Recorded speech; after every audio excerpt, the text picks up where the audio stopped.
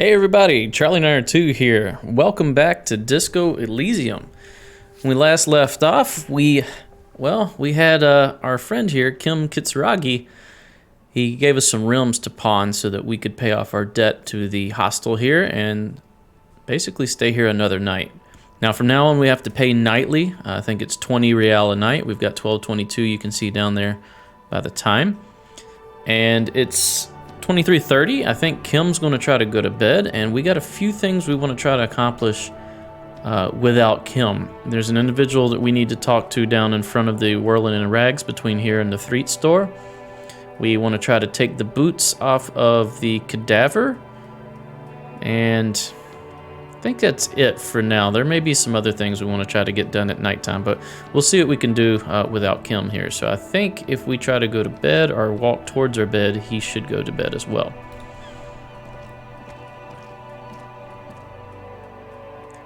Flashlight in low light areas.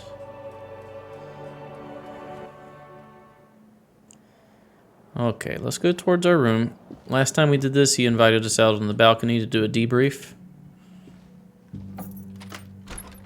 Says, see you in the morning. Sweet. So let's go in here. Bye. Let's let him go in his room. Alright, let's come right back out. Okay.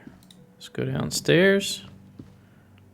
First thing I want to do is talk to the individual out front that didn't want to speak to us when Kim was in our party.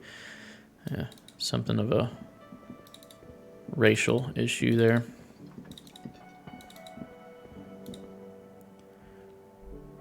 There we go. Need to do something behind Kitsuragi's back. Sneak out after he's gone to sleep, which we've done.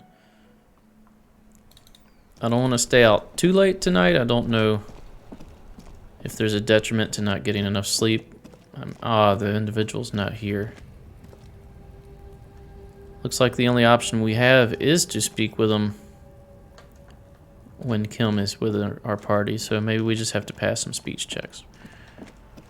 Alright, so before we attempt this check back here, we want to change your clothes.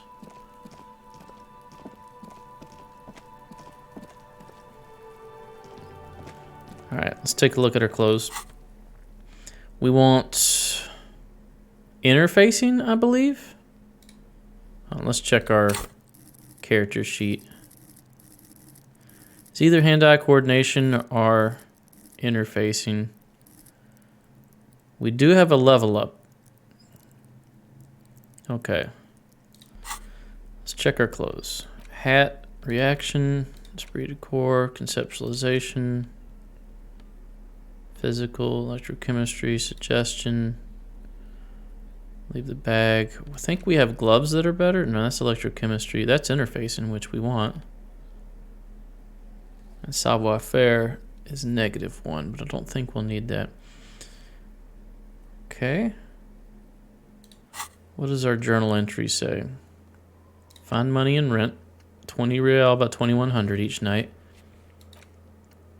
Call Alice back in a day for info on the armor. In order to succeed, the body has to be down. Autopsy has to be finished. And Kim has to be absent. So autopsy has to be finished. We may not even be able to do this. Kim wouldn't approve. This will be devilishly tricky, so don't beat yourself up if you can't do it. So we may not even be able to do this now because the autopsy has to be finished. Let's click on the body and see what it says. The rotting man lies on his side with his eyes looking straight through you. The belt is still around his neck. His body is supine and open to intrusion by autopsy. It says try to remove his boots, but the journal entry told us the autopsy needs to be finished first. Let's click it and see what it says. Before you can grab hold of the boot, you hear a voice coming out of the dead man's mouth. It's the voice of Lieutenant Kim Kitsuragi, telling you to stop whatever you're doing. Continue. You're sabotaging the crime scene, and yet you haven't even finished the field autopsy. Come back later when you're done with the investigation. Okay, so we have to come back later. Let's leave. Well, is there anything else that we want to try to get accomplished while it's nighttime? And while we don't have Kim? I don't think so. I think we're actually just going to go to sleep. And we'll just start early tomorrow morning. The other thing is, if I am an alcoholic, which all signs point to yes, going this long without alcohol would actually be rough on me. I would have some actual responses to that. I think I can still steal this guy's ID card, and I probably need to in order to The worker is talk. in deep slumber. That's 92%. Let's go ahead and do it. Your fingers find their way into the shackle, flicking open its spring-loaded gate. The metal loop holds the plastic ID and a leather-bound pocketbook. And the man? The man emits a loud snore. Is he about to wake up? Doesn't look like it, but you never know. Better be quick. We want the ID so that we can go speak to the union boss. You slip the plastic ID card out of the loop and pocket it. The man continues to snore. Continue. Just for the record, you look nothing like the man on the document. Okay, so we don't look like the document. Should we go through the pocketbook? No, let's not be greedy. We're only taking the ID so that we can complete this investigation. We're not going to take the man's money. He probably worked hard for that. The sleeping dock worker has little to say about your actions. He remains silent. Okay, we're going to leave. Can't wake him up yet. This individual. He doesn't have anything to say. All right, looks like we're going to bed.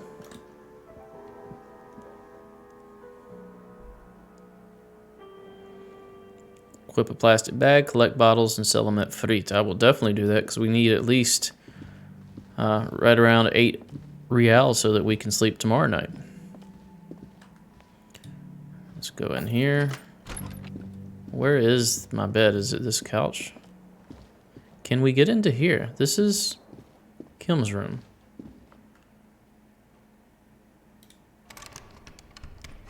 Do I want to break into Kim's room? My door's still open. What if we equip the pry bar? Nope. Items. Oh, here's his ID. Oh, I can sell it. Standard issue shift card doubling as a worker's permit. The bottom left corner holds a picture of the man like this item used to belong to. The two you look nothing alike. Maybe I can use the other ampule from Kim's camera to take a picture of myself and place in this ID. I don't know. We'll see. Let's go close the door because that's just creepy to leave it open. And then let's go to bed. You've had a hard day, sir. We still don't know your name. The bed is cold and not particularly inviting, but it's yours. The sheets look awful. Is it even a bed? I guess it is. It looks like slats under there. Maybe it's like a futon type bed. All right, let's crawl in. The sheets feel at once coarse and clammy against your skin. The bed sags beneath your weight as you stretch out and finally close your eyes. Oh, are we going to have to go through dreams? And then sleep doesn't come. We're still going to be... And then sleep doesn't come. Why? Maybe it's the bed's fault. Roll over? It's a little better. Colors, scenes, and half-formed phrases still litter your mind.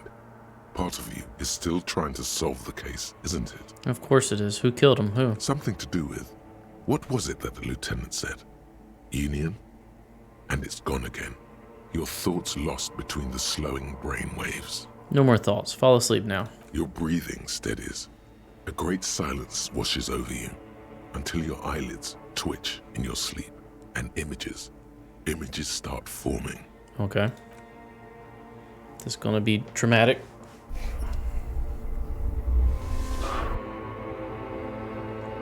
All right, I'm in a dream sequence, apparently.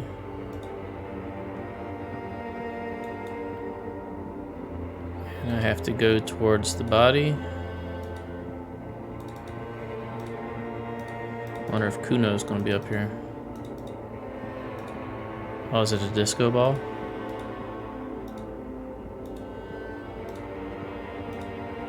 Hits me with a disco ball. Click on it. Do you remember the scent of your childhood? That is my ancient reptilian brain. I remember nothing. Do you remember your wife's hand on your face? My wife's hand. I had a wife? Who? Do you remember the warmth of her thighs between her legs and in her mouth?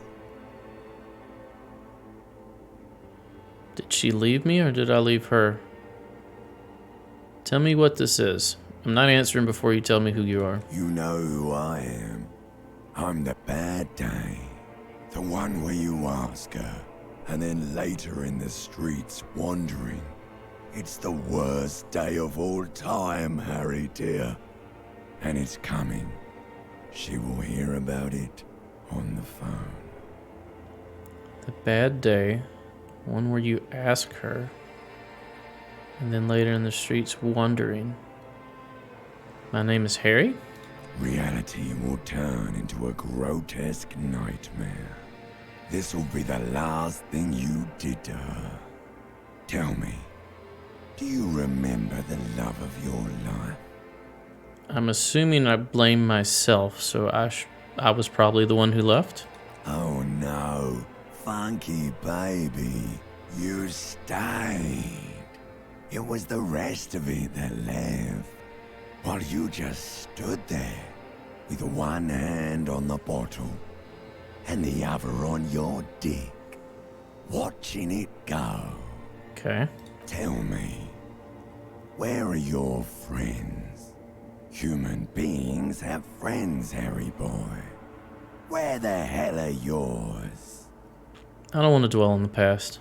They were only cramping your descent into the abyss. Now they're gone. 3 times gone and never coming back. All of it. You failed. You failed me. You failed Elysium. Okay. It's in the title. Must be important. What is Elysium? Is it like the Elysian Fields? Everything. The Pale and the Isolas on the surface. The outer magnetosphere. Burning, furious truth. 8,000 years of written history. So Elysium is the known world, plane of existence? You really dropped the ball, Harry. 4.6 billion people, and you failed every single one of them. Okay, so how You really fucked up. how could my actions have failed the entire world? Now, it did mention that we knew an innocent. Dolores Day, I believe her name was. She betrayed everyone. Maybe there was something we could have done to influence her, or something we did do to influence her to cause basically the whole pattern of thinking, the direction of this reality, the direction of this Elysium to go down the tubes, or at least we perceive it that way. I've seen you before. No, you haven't. You're just sleep talking. And the act is wearing thin, too. The spots on the disco ball fade around you. Continue. You'll be back in those cold snakeskins in no time. Sweating up the bed. Disgusting. Stinky boy. I can come back from this. You're not coming back from shit. Thrashing around in that high conductivity state of yours, bumping into things and acting like a clown? Who are you kidding? I'm trying to solve this case. You're trying to what? I can't hear you. This is just a word dream now. Jumbled up garbage. The pictures are gone. The bed rises to meet you. A thin, sleep-like state. more glass than velvet, grinding in your head. Okay. So something is wrong. Sleep shouldn't be this bad, this dry, this unnourishing. There's something wrong with your thoughts. Some kind of new type of hangover.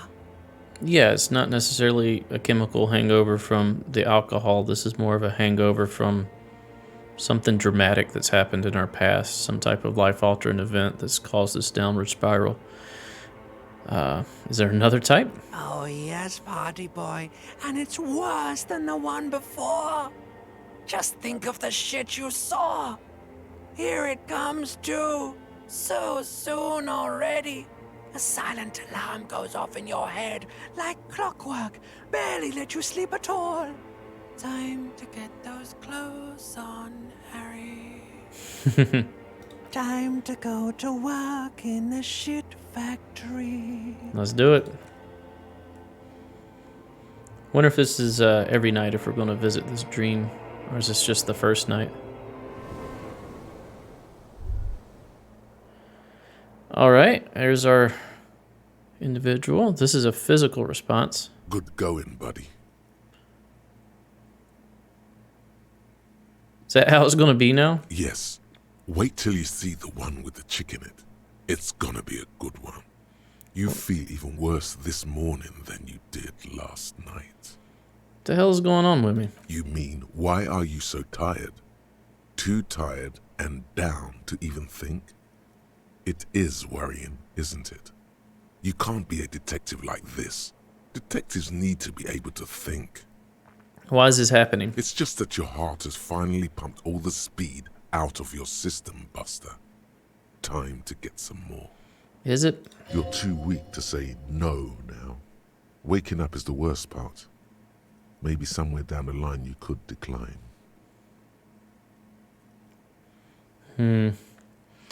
Do we take mind-altering drugs in order to solve cases? Or do we try to sober up and turn our life around from... I think we do. I think we do try to sober up. It may be more interesting to see the, psychoactive substance side of things, but obviously we've reached a point the night prior to where we were almost dead. So I think if we continue down the path of, trying to take mind-altering substances in order to continue our job, we probably will end up dead. So I think we can actually do more good if we try to do this with a somewhat clean mind. I don't think we're just going to quit 100% cold turkey. I don't think that's how life works. But we will try to avoid it as best we can and try to think about things with a clear head. Not going looking for speed. Are you sure? Ready to live as this pathetic shell of yourself for days? Basically, a week. Let's be honest, 2 weeks. Maybe 3. You won't make it. Half the town will be dead by then. You will be fired. This will probably have ramifications on my choices in the future. I will probably be able to pass speech checks better while on drugs, but no, I'm going to opt out. Suit yourself, slow, sad shell man. See how you do without your spark. We will. Let's go meet Kim. Do we knock on his door? He may be downstairs. It's 7 a.m.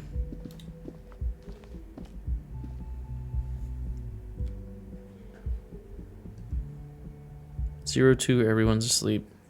Most people go at 2100. Oh, this is open now.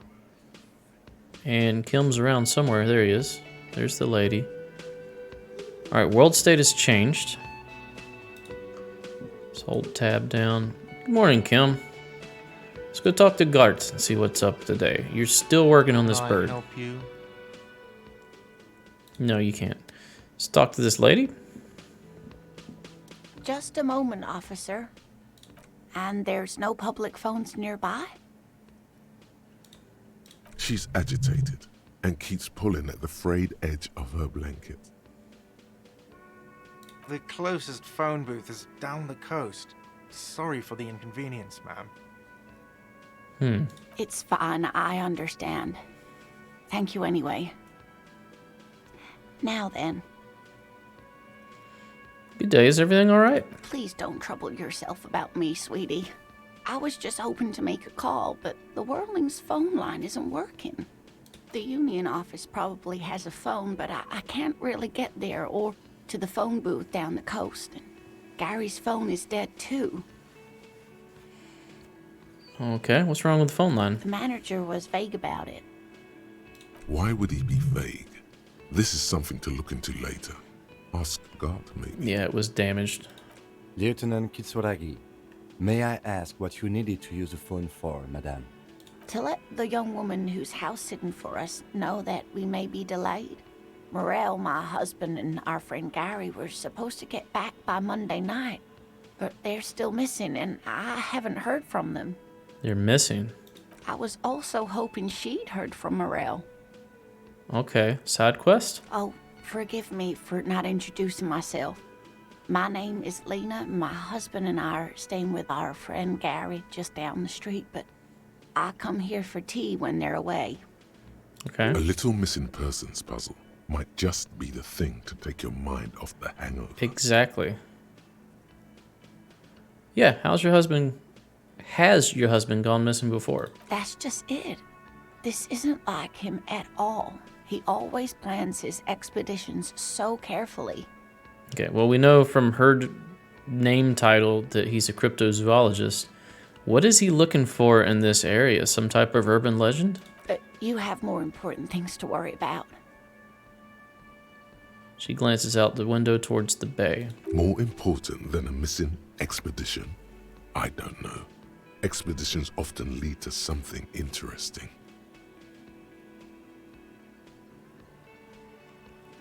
Okay, what is this expedition he was on? Just some field work, sweetie.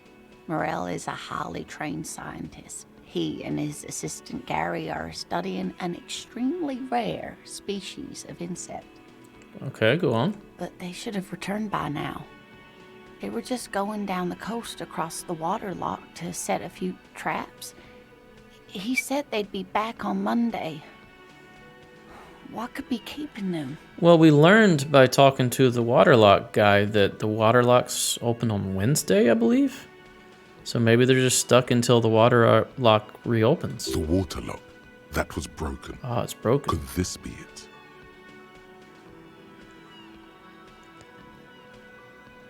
Okay, the waterlock to the other side of the coast is broken. They're probably just stuck over there. Oh my. What happened to the water lock? I don't really know. Well, whatever the cause, I'm thankful. To both of you. You've spared me another sleepless night. Continue. You're welcome, ma'am. I hate to ask, but if your investigation takes you to the other side of the coast, please do keep an eye out for my husband. Of course. Yes, some left-field scientific research is exactly what you need right now. Funk up that vanilla murder investigation. Sure. And if you see him, let him know Lena is waiting for him here at the Whirling. He gets so tangled up in his work that he may not know the water lock's been repaired. And it's cold out there. If I see him, I'll let him know you're here when or if I get there. Oh, you're such a dear. Thank you, sweetie. Let's talk to her some more. So he's some kind of scientist? Oh, yes. A zoologist. A cryptozoologist, to be more precise. I mean, I know what cryptozoology is, but we'll bite. What is cryptozoology? It's a pseudoscience that attempts to legitimize research into mythological beasts and urban legends. Okay. That's one opinion, yes. And people are entitled to their opinions. Are we entitled to anything? She's used to playing off such insults casually, but they still affect her. My apologies, ma'am. I did not mean to undermine your hobby. It's not a hobby, it's his job. It's not a hobby, dear. It's a subfield of zoology, one specializing in animal species that are so exceedingly rare that many assume them to be extinct or even fictitious. Got you. Searching for such species called cryptids is difficult and often thankless, And frankly, many scientists are too lazy to do it. Universities these days are rarely interested in supporting real research. Okay. And it's much like the extinct coelacanth that we found in recent history and found that, hey, these guys aren't extinct. They're actually thriving. The quality of research at Revacholian universities has been on the decline. But you doubt there was ever a time when cryptozoology was embraced by the academic elite. Tell me about the insect. Oh, sweetie, it's fascinating. But I shouldn't bore you with entomological minutiae. Well, I mean, that's what we asked about. The lieutenant gives you a sideways glance. No, I want to hear about it. Well, it's a phasmid, technically, but Ah yes, Phasmatodia, a diverse group of insects whose bodies resemble twigs, leaves, that sort of thing. Ghost insects, colloquially. That would make them hard to find. where other phasmids imitate sticks or leaves, this one's a living reed. It disguises itself among the reeds here on the Insular Indian coast. Okay, sounds plausible. Hence its name, the Insular Indian phasmid. Perhaps you'll end up co-discovering the phasmid with us officers. She looks you in the eye and nods thoughtfully. I knew it. We're gonna be chasing made-up insects with cryptozoologists. I mean, it's more interesting than what we're doing, to be honest. It's not made up, officer. I can assure you. It's simply elusive, so much so that most establishment zoologists doubt it exists at all. What makes you think it's around here? Well, some teenagers making out in the reeds saw one. They didn't know what it was, of course, but there was a brief article in a local newspaper about their encounter with a ghost insect that looks like the reeds. Gary sent us the clipping. So a newspaper clipping is all the evidence you have? Of course, most phasmid sightings turn out to be false alarms, but their description matched the Insular Indian phasmid perfectly, and they didn't even know what they were looking at. Okay. Enthusiasm has wiped the worry from her face. Her eyes sparkle behind her glasses. That's part of the reason I wanted to speak with her about this, is to try to get on her good side. You seem really excited about this cryptid. I suppose I have something of a personal connection to the Insular Indian phasmid. All scientists have their little hobby horses. Is there any danger to it? Not at all. Why else would it hide itself so carefully? Well, that's a poor line of thinking. There are a lot of, fish, like the rockfish, that hides itself very well, and then you step on it and it has poison spines in it. So there can be dangerous things that hide themselves. Ambush predators are exactly like that. Is it valuable? Oh, I doubt it. No one gets into cryptozoology for the money, sweetie. What's so special about this bug? Oh dear. I'm afraid I'm not explaining this very well. It is very special. Morel can explain it all much better. I wish you could hear him describe it. Then you'd understand, I'm sure. We do not have enough. We got a suggestion of 0. And then the +1 makes us less worried. I wonder if we can change our clothes. Let's try this. Let's try changing our clothes and seeing if we can speak to her better. Suggestion. Does anything we have help with suggestion? Okay, the naval coat does. This is -1 suggestion, so we do this. +1 suggestion. All right, let's see how that does. Is this a tactic we can use? Oh, Change hello, clothes on dear. the spot? There you are again. 42. All right, so that's certainly much better than it was. And it's a white check. Let's go ahead and try it. 42% and go. There's really no Pass. point in manipulating anyone. She'd be only too pleased to tell you about her work. Go on and ask. I'd like to hear about some more cryptids you've studied. Could you tell me just a couple of them? This info may come up in speech checks in the future. Oh, I'd be delighted. Truth be told, I could really use the company too. So, I will admit, between last play session and this play session, I looked up some tips. No spoilers, anything like that, but I wanted to learn a little bit more about the game mechanics. One of the things I learned was that time passes while you are speaking to people. It does not pass while you're walking around picking up objects and things like that. So, I am willing to invest more time talking to this lady because I believe the information she's going to give us could be very helpful. One cryptid, not a couple. One. This won't turn into some kind of cryptid extravaganza. All right, just one. He nods and assumes a waiting posture. Ooh, tough choice there. Let's go most dangerous. The gnome of Jeroma. Doesn't sound too bad. Oh, it is. None of its victims survived. Grieving relatives never even found their bodies because the gnome's venom dissolved organic tissue. What does it look like? A garden gnome? It was reportedly a small creature with webbed fingers and a protruding forehead and a gangly little thing. Quite scary to look at. Okay. A couple of campers found it when it was already dying. They heard an odd wailing in the woods and followed the sound. They were scared and wrapped it in tarpaulin to suffocate it. Okay. It still took the gnome of Jeroma an entire day to die. If the body of the creature was found, why aren't there detailed illustrations of it in science textbooks, confirming the existence of this very little species? That is a fair point. Alas, the first scientist who got his hands on the creature's corpse put it in a jar of formaldehyde, thinking that would detoxify the gnome's venom. Instead, all the venom leaked out of the creature's teeth and into the surrounding liquid, dissolving the creature itself. A poetic end, perhaps, but a real loss for science. That doesn't sound feasible. Alas, always alas, and then it was gone. Isn't that overly convenient? Yeah.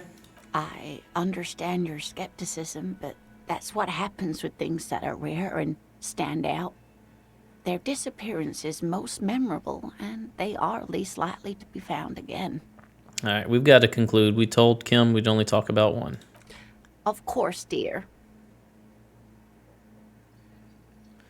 That's all for now. And that's all for this episode. We'll see you next time. If you like what I'm doing, please consider a like, comment, and subscribe. And we'll catch you next episode. Stay tuned. Thank you, and bye-bye.